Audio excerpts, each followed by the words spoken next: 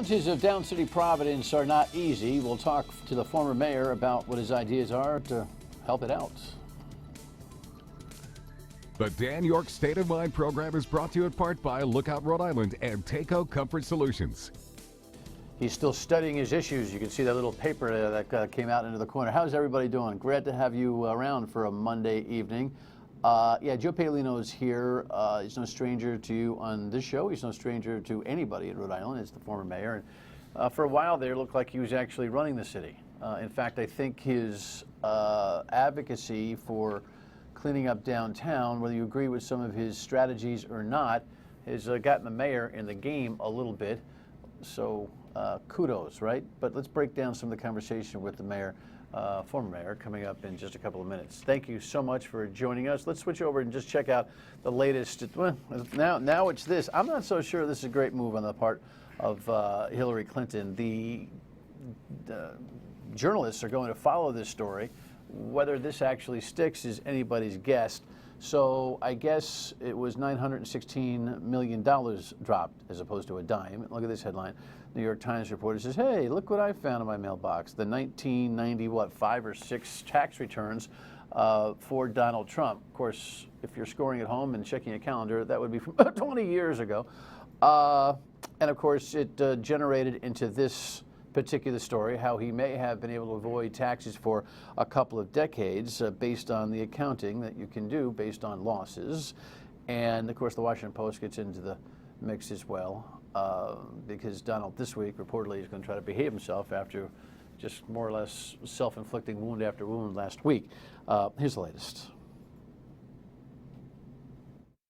Donald Trump supporters are defending the Republican nominee against a New York Times report that claims the billionaire businessman may have paid no federal income taxes for nearly 2 decades. This is a perfectly legal application of the tax code. There's no one who's shown more genius in their way to maneuver around the tax code. Trump is threatening to sue the newspaper for what he insists is illegally obtained material. Over the weekend, he sought to keep the spotlight on rival Hillary Clinton. Hillary Clinton thinks Bernie Sanders supporters are hopeless and ignorant. The Democratic nominee had this veiled jab for Trump while courting black voters in North Carolina yesterday. There are some out there who see this as a moment to fan the flames of resentment and division. On Sunday, Clinton picked up an endorsement from Cleveland Cavaliers star LeBron James. I guess every little bit helps on both sides of the aisle here. Interesting thing here with the New York Times piece.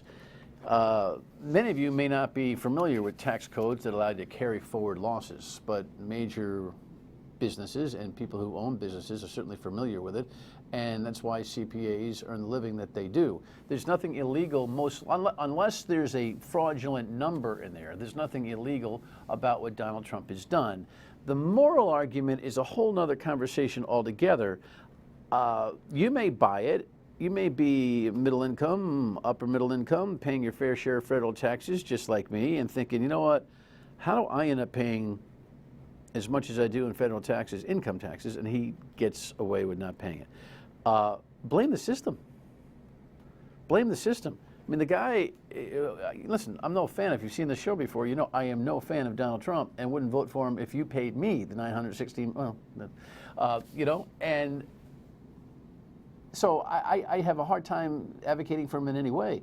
But on this one, I don't think this one sticks. Making a moral argument that he's a bad guy for not paying federal taxes is something he's already made for himself. He said, listen, I manipulated the system, and I know the system better than anybody to re-manipulate it. I don't think anything he's proposed will undo what he was able to manipulate. That's what you ought to press him on, and Hillary Clinton as well.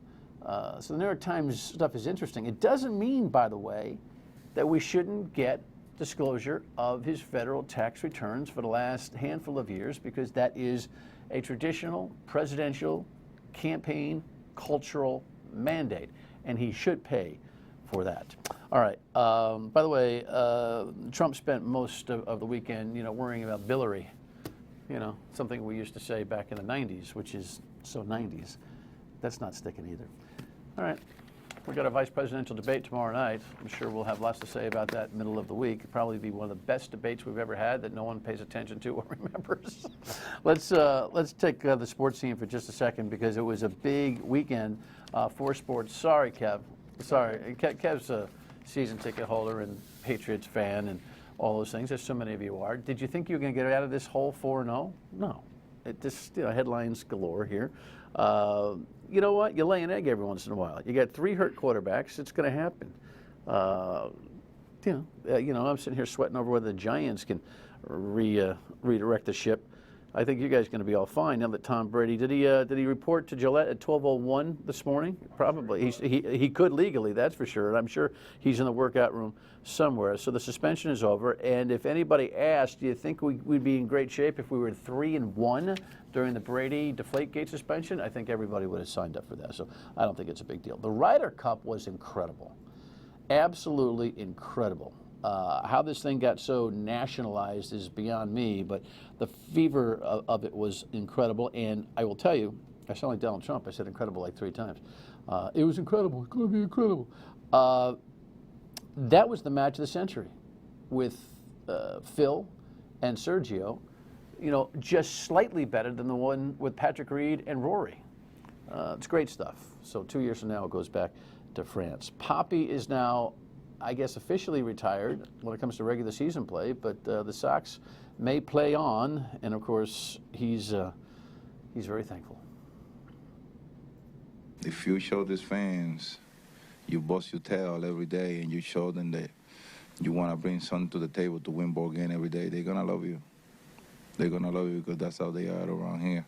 We'll see how far they get. It's Patriots Nation around here, but wake up, the Red Sox are about ready to make a bid for their 4th World Series title. Whoever would have thought, right? And finally, at home here, Brown succumbed to URI at the Governor's Cup game, which is a big surprise to football fans. That's a URI upset that they so desperately need, while there is a lot of pressure. A lot of people that think that URI ought to shut down its football program. I think not. Brown will always be all right because it's tradition. URI can rebuild that tradition. That was a surprise win and a good way to get a good feeling down in Kingston. Good for them. All righty. Not such a good feeling when it comes to Down City, Providence, and that's our conversation for tonight. These headlines have been around now for a while. Questions raised about the Panhandling ordinance and the mayor's response now to launch a day center for the homeless, which sounds productive to me. And of course, it's all been, I think, motivated by the catalyst, the former mayor. Former Providence Mayor Joe Paolino announced a proposal to invest in services in Kennedy Plaza. We embrace the mayor's vision of changing Kennedy Plaza to make it the central park of Providence. He says his plan would revamp the downtown area with new bus routes and attractions for visitors, while also providing services to help the homeless. They need beds. If you want to help homeless, you got to give them a bed. But as he explained his recommendations, there was a crowd of protesters forming outside. It's upsetting to me because I believe that the people have a right to be downtown. But he wants to say that throw out the people of the city of Providence, make sure that you get rid of the homeless and make sure you get rid of the derelicts. But they are part of the fabric of the city of Providence in the state of Rhode Island. Local homeless advocates also planned their own public forum outside his building, rejecting some of the proposals and offering their own alternative solutions and visions for the area. I think what people are talking about is the fact that poverty and issues of poverty have become a little more visually apparent, and that's of concern, as it should be. The response to that concern should not be we don't want to see it. The response to that concern should be we should be dealing with it. But while defending himself against accusations that he doesn't care about the well-being of those in need, Paolino made one thing very clear. It's not my job. That's the job of a mayor. That's the job of a city council. That's the job of a governor and a legislature. This is the business community whose job has only been to clean downtown. Welcome back. Hi. Good to see you. Good to be here. Annie Horowitz there, the lawyer who's talking about not wanting to see it. Sometimes we edit these pieces of commentary for news packages and maybe everyone doesn't get the full context. I don't think even those who consider themselves to be protesters of your thoughts and want to see homeless people downtown. Of course, this conversation is about the solutions for the idea that people are panhandling and/or lying and sleeping in downtown. And I don't think there's anybody that suggests that it's. I mean, that is acceptable. Yeah, Well, I mean, you've come up with some ideas and some solutions, but you are not the duly elected mayor, so you're between a rock and a hard place in some ways. Well, but I think it's a responsibility that I have of being in the business community, chairing the improvement district in downtown, which is in charge of keeping downtown clean, to be able to speak out on this. And I'm a very large taxpayer in the city of Providence, and I think I also have a right as a citizen who lives in the city and works in the city to speak out if I see something that's going wrong. I have a belief that I don't think people should be sleeping in sidewalks. They should be sleeping in a bed. That you shouldn't be eating out of a trash can. You should be eating at a kitchen table. That you shouldn't be taken and put into prison if you have a drug problem, but you should be into a treatment center. So we met with over 44 organizations that came up with some very good suggestions on changes that we need in regards to social services in the downtown. Some of the disagreements came with enforcement, because I believe that with any good proactive social service solution or recommendation that we may have, you do need some enforcement to take place. And I believe that some of those agencies felt that that was not needed as a disagreement. And I've said to them, let's agree to disagree. I didn't put the police in Kennedy Plaza to clean it up. The mayor did. And he did that because his press secretary was assaulted or approached by a panhandler in an aggressive way. And all of a sudden, a lot of cops were put there, which I think was good for the city. Well, you know, it's funny. All politics are local, and all reaction can be personal. And when the mayor's own team experienced a little bit of what a lot of people experience, all of a sudden there was some action. We'll come back and we'll talk about that, you know, irresistible force, immovable object. That, you know, it's what you got to do to get this whole thing fixed. Stay with us. Not going to benefit by simply pushing people from one street to the next. And our police officers cannot and will not address this issue alone. Mayor Lorza, kind of, my words, you know, kind of waking up to this issue at Kennedy Plaza. This is a hard one. He's right, though. You can't just push the problem to another street. And you have to get to the underlying problem that's there, and there are some legitimate problems that need to be addressed. I'm in agreement with the mayor on that. You can't, I guess what the homeless advocates and those who say they oppose some of your ideas would say, is that you can't penalize people into rehab. You can't penalize them into shelter and the place to regroup and train and find a job and become a productive member of society. That would be their argument, obviously, that you can't do that. And you would suggest what? I think we should have some social workers in downtown visiting the people that are sleeping in the vestibules. What's going to happen? We just saw a young woman, 30 years old, get killed by a bus about 6 weeks ago. Right. And that bus station or the depot is targeted to be moved. Now, some people say, well, Paolino wants it moved. Well, first of all, the people of Rhode Island voted to move it 2 years ago with a $35 million bond issue. What's the bus accident have to do with the overall problem? Well, we're going to get into that because of so many people that it's brought down into the city, and that Kennedy Plaza really wasn't designed to do buses. It was designed for horse and buggy. The second thing is, what's going to happen when we see somebody who falls asleep and sleeping in the vestibule at 5 below zero and dies? Are we then going to take some action for that?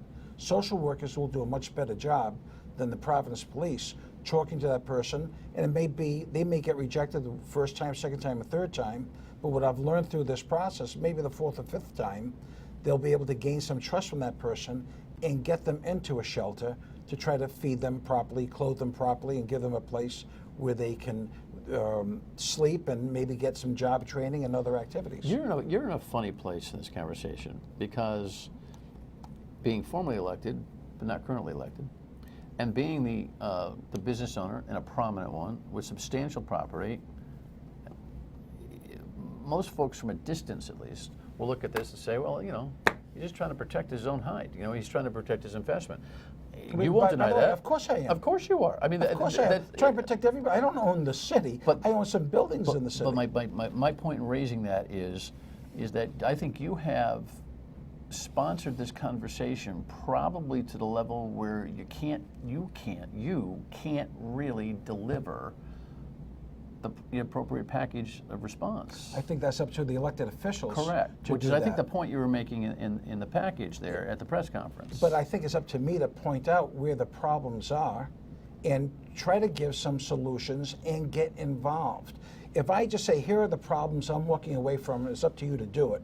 And if I just stand back and don't get involved, then shame on me. I'm a citizen, I should get involved. And what I've seen through this is, I mean, I've spent a lot of time on this recently, and I've really learned a lot. And before, when I thought changes had to be made, I recognize you can't make the change unless if you find and try to correct the underlying problems that are there, such as trying to get social workers, trying to get more beds created for the homeless population, and try to end the problem of panhandling. This whole thing started out that we got too many panhandlers going on. And once getting through that, we recognized that the problems are even bigger. And now I've gotten involved in it to the point where I want to see if I can try to help find some solutions. But it's not my job to do it. It's the mayor, the governor, legislative leaders, both on a city and statewide basis. And if I can help towards that, if I can help raise dollars or contribute dollars or whatever, if that's a small part of what I can do, then I'll be doing it. The panhandling stuff is obviously integral, but not the entire conversation, and also one of those things that you find from city to city nationwide, and from neighborhood to neighborhood, and from intersection to intersection here in Rhode Island. You've got a proposed ordinance that has been semi-effective, at least in some other communities, correct? Well, in Missouri, the Ku Klux Klan was passing out literature on the highway mediums. And the city council in Missouri, I forget the town it was in, passed an ordinance saying you can't pass anything in or out of a car. It was challenged by the Ku Klux Klan. They lost, the city won, and it's constitutional. So I've suggested to the city council in Providence, Cranston, Newport, and Pawtucket, and Johnson and Warwick and a few other cities to say, if you enact this, this would be a good thing for the city. At least it would be for us in Providence. But that doesn't stop somebody from walking down the street asking for dollars. They have that right to do it. But standing in the middle of a medium, somebody's going to get killed. Somebody's going to get seriously hurt. A car is going to go into another car at a red light. And I think it's also a safety situation, and we have to address it. But so many times, we react to problems in Rhode Island. We don't try to prevent them. And when we fight to try to prevent them, everybody says, this is wrong, foul. Then an accident happens. Why hasn't somebody been there? Why didn't somebody speak out loud enough? So it is kind of a catch-22, but I'm going to keep on pushing it because I believe in it. Because does that ordinance proposal live on its own inside the city? Does it need a statewide legislative support? No, this is up to local cities and towns. And it means that, by the way, a firefighter can't be out there with a boot collecting dollars. No more Tootsie Rolls for the dollars. A little leaguer can't be out there.